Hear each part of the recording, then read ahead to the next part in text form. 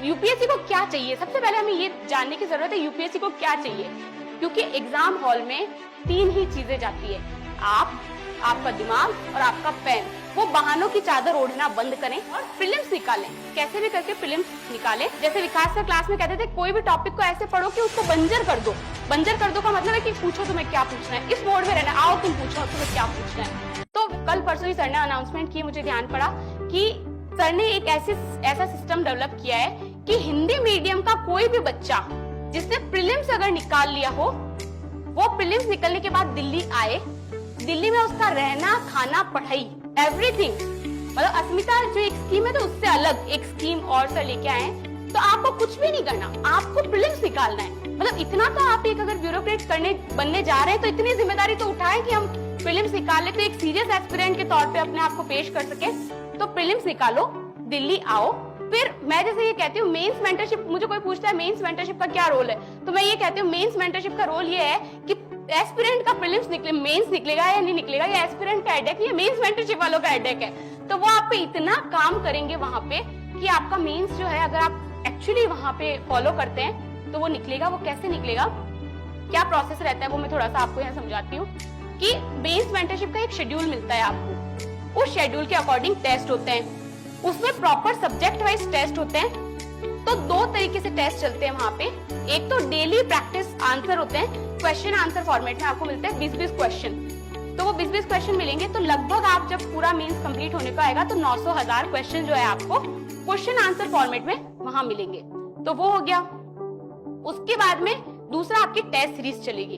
तो test series में एक तो पहले 3-3 घंटे वाली चलेगी इनिशियली, कि 3-3 घंटे सब्जेक्ट वाइज टेस्ट लिखने हैं, फिर फुल टेस्ट होंगे, फिर पेपर वाइज टेस्ट होंगे, और एग्जाम से ठीक 15-20 दिन पहले आपके बकायदा जैसे मेंस होना है फाइनल मेंस, वैसे आपको पूरा मॉक मेंस होगा।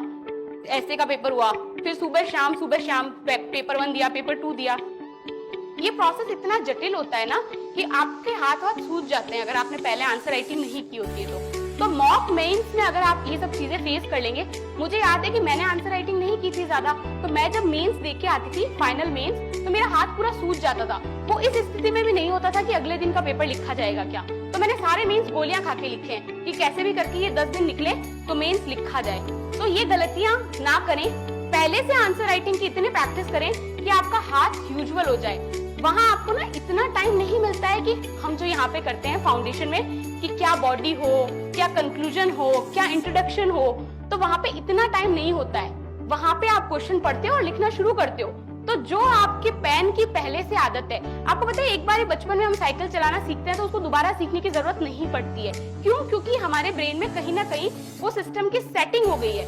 तो जो आपका पेन जो है मॉक में लिखेगा, वो आपके पेन की सेटिंग हो जाएगी वहां पे। वो आप भूल जाओगे चीजें, बट आपका पेन नहीं भूलेगा कि वहां पे आपको क्या लिखना है। क्योंकि एग्जाम हॉल में 3 ही चीजें जाती है, आप, आपका दिमाग और आपका पेन। तो मैं अक्सर मेरे साथ वाले लोगों को कहती हूँ कि ये जितनी परिस्थितियां हमें यहाँ डिस्ट्रैक्ट कर रही हैं, ये जितने लोग हमें यहाँ डिस्ट्रैक्ट कर रहे हैं, वो सारे लोग जो ऐसी परिस्थितियां बनाते हैं कि हमारा सिलेक्शन ना हो, या वो सारी परिस्थितियां जो ऐसी प्रतिकूल होती है कि हमारा मेंस ना हो, ये सब बाहर रह जाता है। वो सारे बहाने जिनसे हम अपने आप को शील्ड करते हैं कि मेरा तो इस वजह से नहीं हुआ, वो बहानों की चादर ओढ़ना बंद करें। मैंने शुरुआत के दोनों फिल्म्स में यही किया, मैं वो कारण ढूंढती थी कि मेरा क्यों नहीं होगा। अच्छा, इस बार तो मैंने ये नहीं पढ़ा इसलिए मेरा नहीं हो सकता। तो एग्जाम से पहले गिव अप करने की जो टेंडेंसी होती है उसको छोड़ें। तीसरे प्रीलिम्स में मुझे लगता है एक बहुत बड़ा रीजन ये रहा कि मैं साइकोलॉजिकली इस डायरेक्शन में थी कि ये प्रीलिम्स कैसे भी करके निकालना ही है।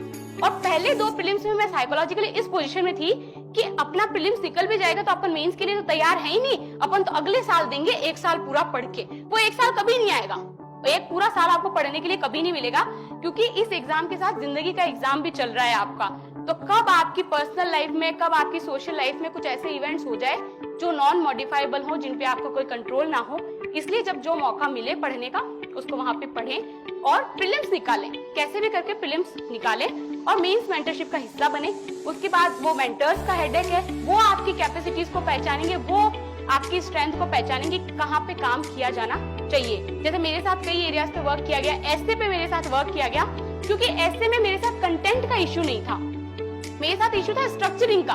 मैं ना जो होता है पीछे पेपर वर्क करना कि पहले हम आउटलाइन बनाएंगे कि कैसे ऐसे को लिखा जाना चाहिए, क्या इंट्रोडक्शन होगा, फिर मेन पॉइंट्स क्या होंगे, क्या कंक्लूजन होगा, तो मैं वो नहीं करती थी क्योंकि वो करने में मेंटल वर्क करना पड़ता है, तो जोर आता है, तो मैं वो नहीं करती थी। तो उसके लिए मेरे साथ ये किया गया कि मुझे जब भी मैं ऐसे चेक कराने जाती थी, सर बोलते थे मैं ऐसे तो तुम्हारा बाद में पढ़ूंगा, पहले ये बताओ स्ट्रक्चरिंग कैसे की। तो जो पीछे के 3-4 पन्ने वो चेक करते थे कि मैंने पॉइंट्स बनाए या नहीं बनाए, तो उससे मेरे ऊपर हमेशा एक दबाव रहा कि मुझे अच्छी स्ट्रक्चरिंग करनी है, और फिर इस तरीके ऐसे तैयार हुआ। और कहीं ना कहीं मुझे लगता है कि मेंस मेंटरशिप में भी वो आपके ऊपर मेहनत जितनी करेंगे उतनी ही मेहनत आपको अपने आप पे भी करने की जरूरत है। तो मुझे लगता है 2 एग्जाम्पल में यहाँ पे आप लोगों को बता सकती हूँ कि वो मेहनत आप अपने आप पे करते हैं तो कैसे फायदा होता है।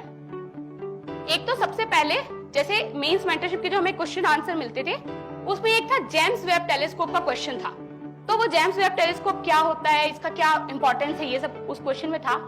तो मैं हमेशा जब मैं पढ़ती हूँ मैं बहुत धीरे पढ़ती हूँ, मेरे को हमेशा है कि कंसेप्ट बिल्ड करके पढ़ो, भले 60-70% पढ़ो। तो कई बच्चे मेरे जैसे होंगे जो इस बात से तनाव में रहते हैं, सिलेबस पूरा नहीं हुआ, क्या करें। पूरा होना इंपॉर्टेंट नहीं है, जितना किया क्या आपको वो आता है, वो आपको कितना आता है, क्या आप उससे किसी भी क्वेश्चन को आंसर करने में कैपेबल है क्या। जैसे विकास सर क्लास में कहते थे कोई भी टॉपिक को ऐसे पढ़ो कि उसको बंजर कर दो। बंजर कर दो का मतलब है कि पूछो तुम्हें क्या पूछना है, इस मोड में रहना, आओ तुम पूछो तुम्हें क्या पूछना है। तो वैसे अपने टॉपिक्स को प्रिपेयर करें। तो जेम्स वेब टेलीस्कोप का जो क्वेश्चन था, उस क्वेश्चन आंसर में उसमें ना उसका डायग्राम नहीं बना हुआ था। तो मुझे लगा कि अरे ये तो डायग्राम ही नहीं है उसका। तो मैं तुरंत गूगल किया, मुझे याद है मैंने उसके पेपर के ऊपर ही जो है ड्रॉ कर दिया था कि ये जेम्स वेब टेलीस्कोप है, प्राइमरी कैमरा यहाँ है, सैटेलाइट का रडार यहाँ पे है, ऐसे ऐसे सब कुछ लिख के। फाइनल हमारे मेंस में जेम्स वेब टेलीस्कोप का ही क्वेश्चन आया, लेकिन क्वेश्चन का जो कंटेंट था, जो डिमांड थी, वो उस क्वेश्चन से डिफरेंट थी जो उसमें थी। क्वेश्चन जेम्स वेब टेलीस्कोप का ही था पर अलग तरीके से पूछा गया था। अब कंटेंट तो वहां याद नहीं आया, पर वो डायग्राम जरूर याद आया कि वो जो डायग्राम हमने बनाया है। तो मैं ये कहूंगी कि मेंटरशिप के साथ अपने आप पे भी मेहनत करें। यूपीएससी को क्या चाहिए, सबसे पहले हमें ये जानने की जरूरत है यूपीएससी को क्या चाहिए। अगर मुझे एक शब्द में कहना हो, अगर सिंप्लीफाई करूं मैं इस प्रिपरेशन को, तो मैं कहूंगी यूपीएससी को एक क्यूरियस माइंड चाहिए, एक जिज्ञासु दिमाग चाहिए कि ये पंखा चल रहा है तो क्यों चल रहा है, बाहर चक्रवात आ रहा है तो क्यों आ रहा है। क्या आप अपने जीवन पे क्यों पे फोकस करते हैं, क्योंकि क्यों का मतलब होता है एनालिसिस करना। एनालिसिस का मतलब होता है जितनी भी घटनाएं हो रही है, क्या आप उसका पॉजिटिव और नेगेटिव ये देखने को तैयार हो, क्या आप अपना दिमाग चलाने, क्योंकि अल्टीमेटली आपको ब्यूरोक्रेसी में जाके भी यही करना है। आपके पास 2 पक्ष होंगे, उसका आपको एनालिसिस करना है, कौन सा बेटर है, कौन सा नहीं बेटर है, और उनके बेसिस पे क्या डिसीजन लिया जाए। तो अपने आप में एनालिसिस की कैपेबिलिटी डेवलप करें, और वो एनालिसिस की कैपेबिलिटी कैसे डेवलप होगी, धीरे धीरे डेवलप होगी।